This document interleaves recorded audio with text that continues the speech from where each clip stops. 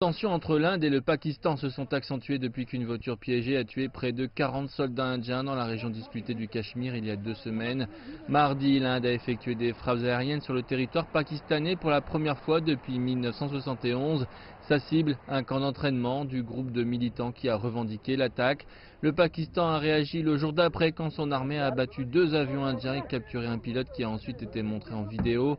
Cela a été qualifié de présentation vulgaire par l'Inde qui a accusé le Pakistan d'enfreindre les lois humanitaires et internationales.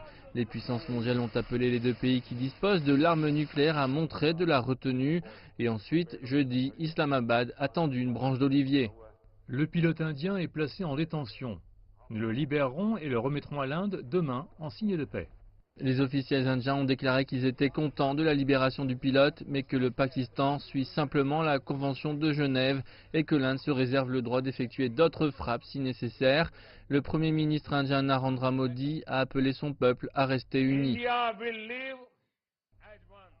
L'Inde vivra de manière unie, l'Inde travaillera de manière unie, l'Inde se développera de manière unie, l'Inde combattra de manière unie, l'Inde gagnera de manière unie. Les villageois dans la région disputée du Cachemire craignent d'autres conflits entre les troupes indiennes et pakistanaises.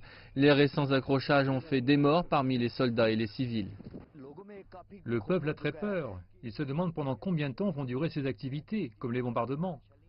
Le gouvernement indien doit comprendre qu'il est à Delhi, mais que le peuple vivant dans les zones frontalières souffre beaucoup.